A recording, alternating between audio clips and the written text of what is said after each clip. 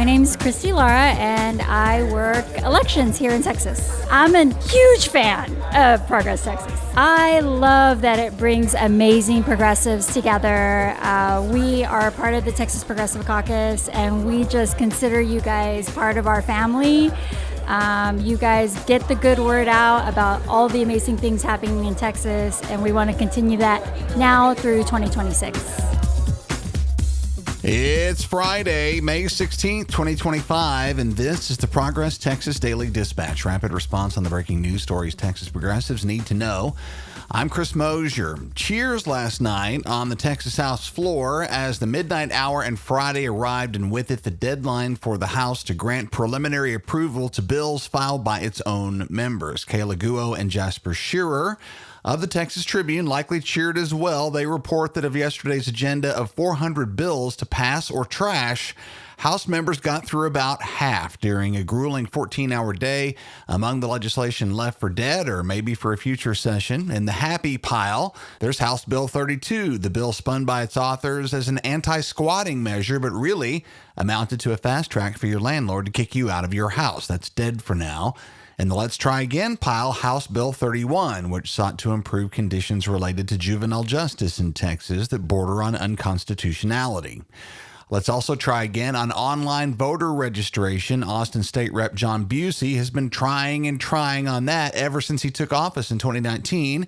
And while he didn't make the deadline, the issue did get further than it has in a decade. Busey's HB 311 got a hearing yesterday in spite of its slim chances this time. Jennifer Doynoff, Hays County Elections Administrator and a member of the bipartisan Texas Association of County Election Officials, showed up in support, saying the bill would improve accuracy in voting records. Busey says it would require voters to have a state ID or driver's license in order to register electronically, and counties would use those records to check for a signature. He says, quote, "It seems like the appetite for it is growing. I want people to have a fresh lens at looking at online voter registration. 40 states have done it because it's efficient, because it's safe, and it's accurate, and that's what we should be doing here in Texas," unquote, and agreed.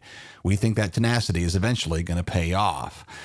Among the bills that did squeak past the deadline and remain in play, glad to see HB 1738 on the list. That's the repeal of a long unenforced but still on the books ban on homosexual conduct. Over 20 years since the U.S. Supreme Court struck it down. And HB 3006 from State Rep Terry Canales of Edinburgh passed as well. It will require Texas prisons to install air conditioning and follows a federal judge's recent call that heat in Texas prisons is plainly in violation of the Eighth Amendment ban on cruel and unusual punishment. On the other hand, a bill seeking to allow people to sue vaccine manufacturers survives as well. That one comes from freshman Republican Rep. Shelley Luther, yes, the one with the hair salon.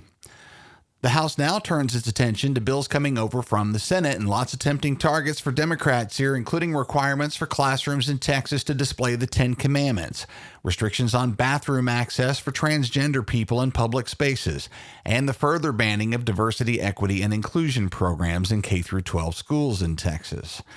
Speaking of schools, as for the public school funding bill HB 2, which remains pending in the Senate as hearings began yesterday, details about changes to that bill made behind closed doors in the upper chamber are starting to emerge, and key players in education are unimpressed. Hannah Norton at Community Impact says Plano ISD Fine Arts Director Philip Morgan spoke yesterday saying, quote, "The governor himself promised on record that we would fully fund both an ESA program and public schools in this session. This substitute does not fulfill his promise. Please do the work and help us. A promise made should be a promise kept," unquote. By ESA there, he's referring to private school vouchers, which, as we all know, was the much faster track of the so-called Texas two-step. We've talked about a drastic reduction in the basic allotment increase. The House called for $395 per student, while the Senate wants to draw that down to $55. All while the public school advocacy org Raise Your Hand Texas has estimated that just to keep pace with recent inflation, an increase of over $1,000 would be needed. Republicans argued that the basic allotment is just one of many measures at play here, and that's true enough. But what's represented by limiting that raise is control over how districts spend their money. The Senate is basically seeking to apply a one-size-fits-all scheme to Texas schools, which between big cities and small towns have an extremely broad variety of challenges and needs. Limiting options by lawmakers who largely represent rural red Texas will likely hamstring larger urban school districts. Where the teacher pay raises in HB 2 Republicans are celebrating are only half those going to teachers in smaller districts, where by and large the cost of living is much lower. This is frankly backwards. City schools are set for minimum benefit here. To D.C. for one this morning, a call at the U.S. Supreme Court with Texas ties. Lawrence Hurley at NBC News writes that the Supreme Court ruled yesterday that the mother of Ashton Barnes, a black man killed during a 2016 traffic stop in Houston, can move forward with her excessive force lawsuit against the officer who shot her son. The justices unanimously rejected a lower court's approach that focused only on the moment the force was used, emphasizing that courts must consider all relevant events leading up to that point. Barnes was shot and killed by Officer Roberto Felix Jr. after his vehicle began moving while he was talking to the officer. Felix shot Barnes twice and he died at the scene. This decision is big. It rejects the so-called moment of the threat doctrine, which some courts have used to limit consideration of police force cases to the instant that that force was applied. And back to Texas, where this heat wave continues. Daily all-time records have been dropping all over the state all week long, and that's going to continue through the weekend. While Texas bakes and worries continue to build about our state eventually running out of water, the petroleum industry is apparently not super worried about it. Fast Company relays one from Inside Climate News on oil companies going through billions of gallons of water, even as extreme drought has sharply reduced river flows across Texas, including the Rio Grande and Pecos River, threatening ecosystems, agriculture, and municipal water supplies. From 2021 to 24, over 10 billion gallons from the Rio Grande were used in the Eagle Ford Shale, enough to supply 113,500 households annually. Kingsley Water Company alone sold over 4 billion gallons from the Pecos since 2016 and more than 9.8 billion gallons from the Rio Grande overall. While some companies have pledged to reduce freshwater use, reliance on surface water remains high in the petroleum sector. Lawmakers and environmental groups warn that this use, combined with climate-driven drought, endangers South Texas communities like Laredo, which relies solely on the Rio Grande. Water rights regulated by the TCEQ allow private sales of surface water, often without tracking specific usage. That's got to change. Vital read from Fast Company is linked in the show notes. Sticking with the heat wave here and coming out of Mother's Day last weekend, extreme heat has been identified as a major threat to expectant moms. Annette Stognew and Noreen O'Donnell at NBC DFW Channel 5 discuss a new study from the nonprofit research organization Climate Central, which finds that climate change has added at least a week of dangerously hot days for pregnant women in every state in the U.S., increasing the risk of both stillbirths and premature deliveries. This effect is being felt most acutely by pregnant people in the Southwest, from California to Texas. Christina Dahl at Climate Central says to those folks, quote, "It's something that women in the United States are experiencing. It's something that women all over the world are experiencing. Exposure to extreme heat increases your chances of preterm birth, stillbirth, gestational diabetes, a number of different health risks. Get yourself to a cool place when it's hot and make sure that you're hydrated," unquote.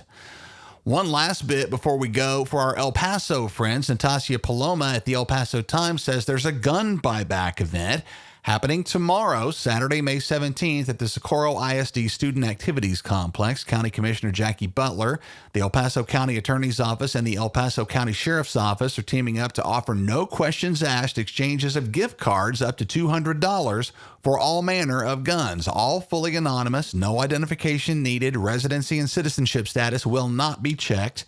Officials in El Paso note that the last time they did this, back in 2023, they were out of gift cards before lunchtime. So get there early. The event opens at 8 a.m. Saturday morning tomorrow.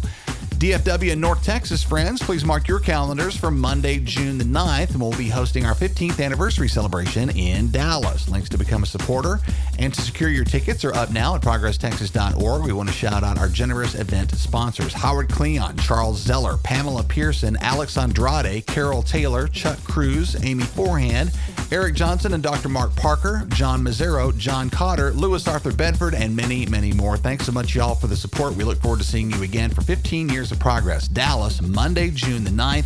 Dear listener, we hope you can make it as well. Tickets now at ProgressTexas.org. Our mission at Progress Texas is to counter the conservative disinformation machine, but they far outmatch us in funding. Oil and tech billionaires and religious right-wing activist groups spend a lot of money keeping their audiences in the dark. If you've come to appreciate the light that we shine on important political news in Texas on a daily, ongoing basis, please know that our regular, everyday listeners form a key component of our funding. And if that's you, we could use your support as a monthly contributor, and no amount is too small. Go to ProgressTexas.org/donate. Thanks to Bart Ewald, Laura Wildenthal, and Ashley Tovar, all of whom are on the team. We appreciate all of you.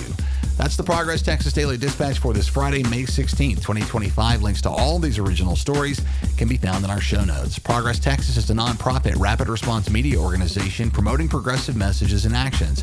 While campaigns come and go, we're the permanent home for progressive media and action in the Lone Star State. I'm Chris Mosier. Thanks so much for listening. Have a great weekend and stay cool. We'll see you again tomorrow morning.